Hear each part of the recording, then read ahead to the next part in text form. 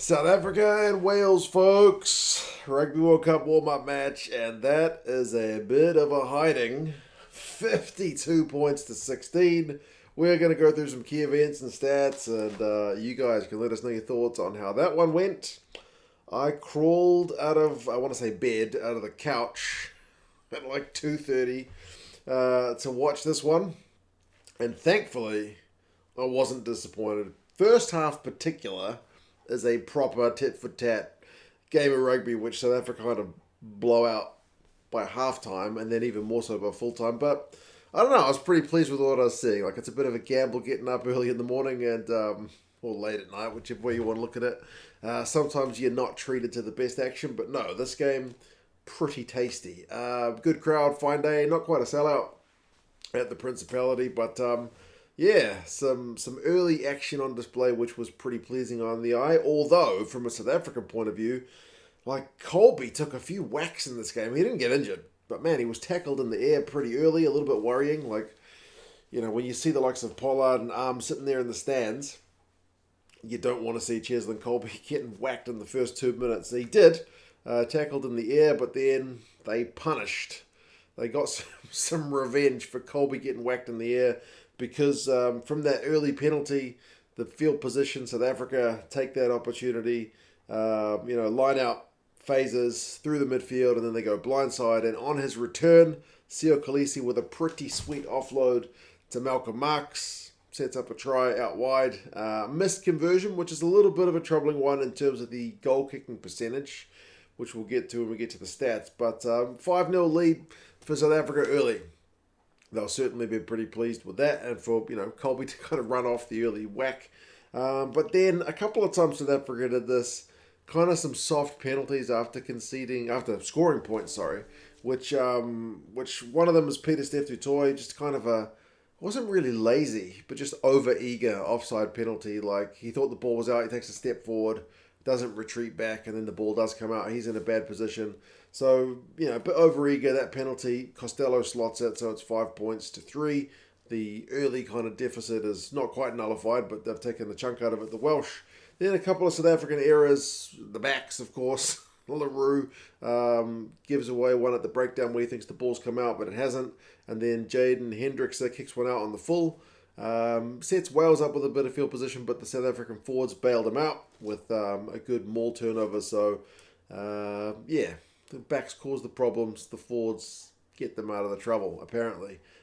Scrum penalty South Africa on 17 minutes, and honestly, for Wales, that became a bit of an issue throughout the game. I think Wales won one penalty at the scrum, but for the most part, it was a bit troubling. I know they had a couple of young props playing, which obviously didn't help when you're up against, two of the best scrummaging props in the world in Kitsoff and Malherbe. But it was a pretty long day at the office at scrum time for the Welsh guys. But from that scrum penalty, South Africa opt for 3. But Libok, it's a long penalty, but it's more or less straight up front. He can't find his radar, so it's another kind of missed shot. And then when South Africa conceded a couple of back-to-back penalties, Wales, believe it or not, given that scoreline, actually went in front. Costello, no problems with his goal kicking. Nails a good penalty, so 6 points to 5. Wales in front, and looking all right, man. If you're going to take your chances, looking all right. I mean, they're not getting a heck of a lot of kind of go forward ball in that first half ball in hand, but they're putting up some tasty high balls, which are at times, causing a wee bit of havoc. 21 minutes though, Marty Libok makes up for that goal kicking woes, like for what he lacks occasionally. Like sometimes he hits them like a bloody radar accurate, goal kicking guy, but sometimes he's just a bit off. But when he's off, he's still always able to set things up ball in hand. And the try that he sets up for their second try, for Moodie's try, is a peach. It's an absolute peach. It starts with Snyman, pick and go, big carry.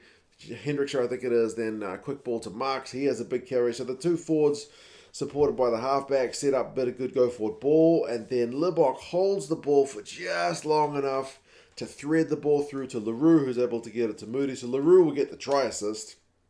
But if there were secondary try assists in rugby, then Libok would have got one there. So he, perfect timing well done from him. And then Moodie with the final finish, step inside and over, 12 points to 6, South Africa back in front. They're not going to relinquish that lead again, although they did concede a soft penalty from the restart. Moodie with a bit of obstruction after scoring the try, and obstruction on Dyer, I think it was, so 9 points to 12. So yeah, a couple of times in that first half, South Africa are a little bit guilty of soft errors after scoring points, which is not something you want to do with any regularity, but it's not something I think I've noticed. Like Scotland are pretty guilty of it, but yeah, there was just those two occasions in this game.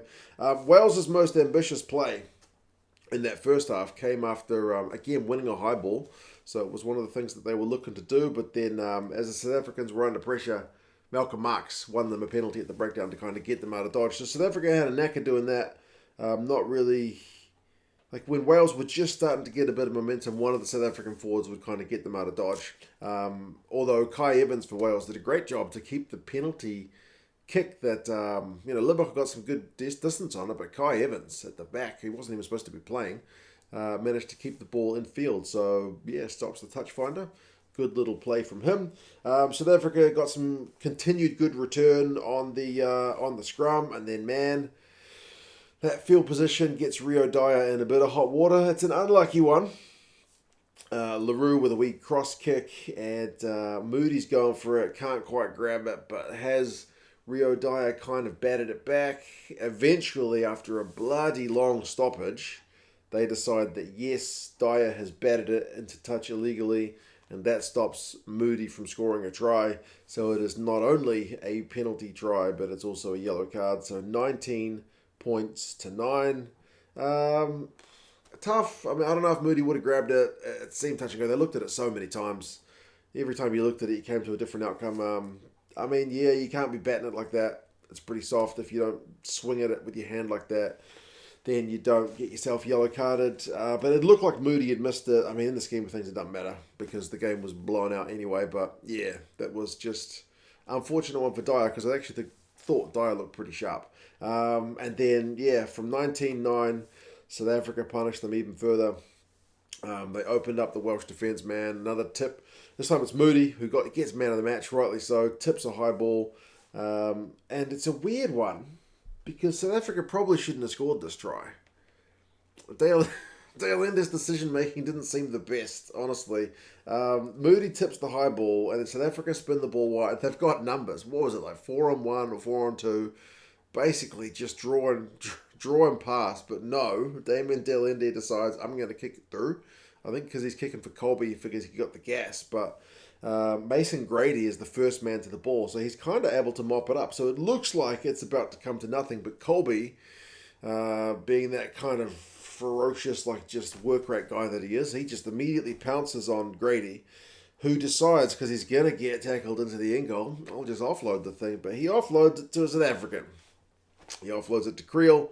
So, yeah, that's a bit of a soft one, to be honest. So 24-9, missed conversion, but an immediate 5 points during the yellow card period, kind of unfortunate.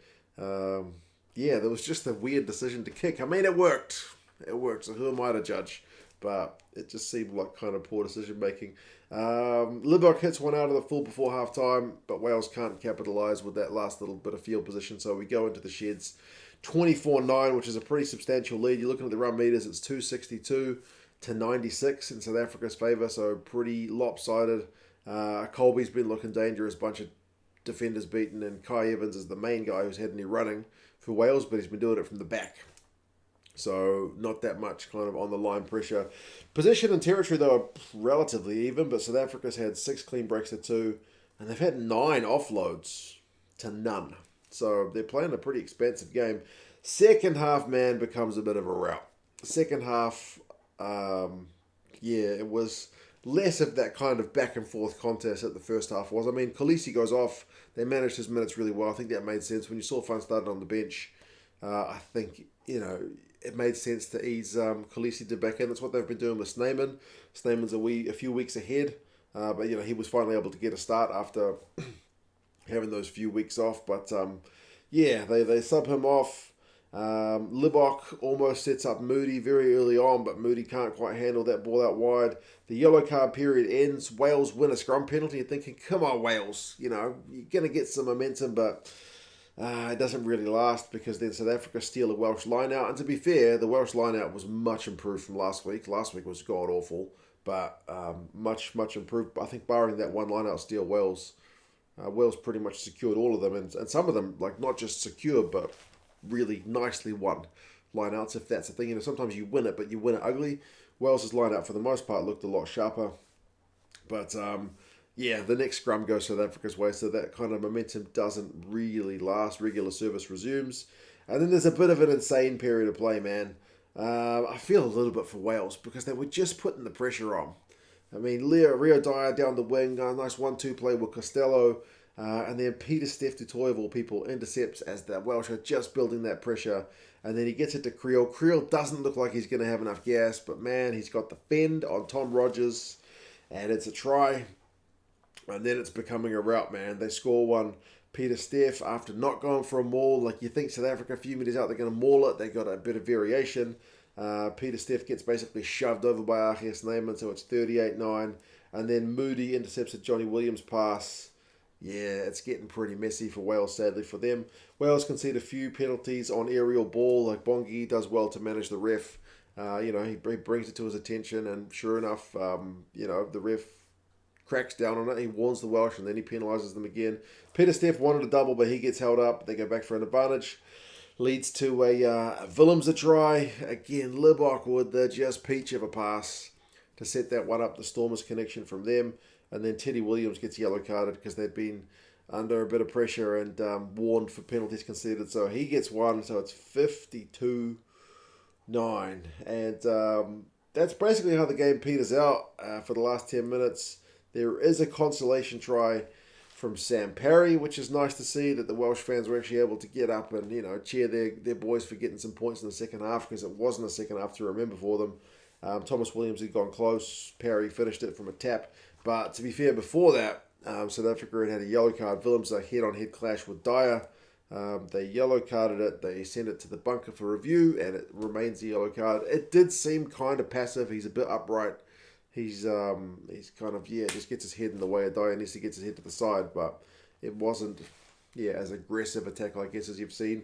Previously, with the guys that going forward, he just kind of absorbed the tackle, which I guess is the mitigation. We didn't hear the on-field stuff because it was done in the bunker.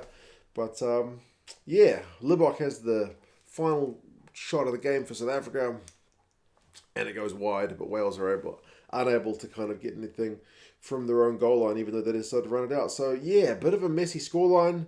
It's a bloody good look for South Africa, but from a Welsh point of view, you will at least say, you offloaded in your own goal area. That was a kind of freebie to Kriel. And then there was another one from an intercept, which Kriel's able to finish. And then there was another one, which was an intercept. So there's a few softies. The Moodie one intercepts Johnny Williams' pass. I mean, that's defensive pressure. But from a Welsh point of view, you'll at least be like, well, at least we kind of gave away a few. They might even argue that the yellow card penalty try one was a bit of an unlucky one. But, I mean, geez, South Africa unleashed the wingers, which is really, really pleasing to see. Like I said, they had 9 offloads in that first half, which was just, 2 in the morning. Easy to watch stuff. Final stats finish run meters 247 to 603, so pretty lopsided, even if the position and territory remains pretty tight. Clean breaks 12 to 5. South Africa set pieces 100%, both scrum and line out. Wales' line out's 14 from 15, which is pleasing. And their goal kicking was 100%, which is something you can't say for South Africa. 56. So, needs work. I mean, Libok, as I mentioned a few times, he's just a link-up man, beautiful in attack, but just from the tee, not quite as much faith in him there. Dyer, 3 clean breaks, 5 defenders beaten, 65 metres. Good game despite his yellow card and penalty try. Jack Morgan, 12 from 12 tackles. Pieter-Steph makes 12 from 13, gets a try, gets held up. Pretty solid shift, even if he did give away that soft penalty early. Kolbe, 124 metres, 3 clean breaks, 9 defenders beaten. If you felt like one guy deserved the try, it was probably Cheslin Kolbe, but couldn't quite get there. Kriel, 108 metres, much of them in that intercept, but clean break and 2 defenders beaten from him. Couple of tries. Moodie, 88 metres, clean break, 3 defenders beaten. Some good work in the air. And, big old lopsided scoreline. We look forward to seeing the Welsh squad named, and remember the Boks have got the All Blacks on the cards as well. We will see how these games kind of play out. Chuck a like on the video if you wouldn't mind. I would appreciate it. If you made it all this way through, I'm going to go and watch Ireland take on England.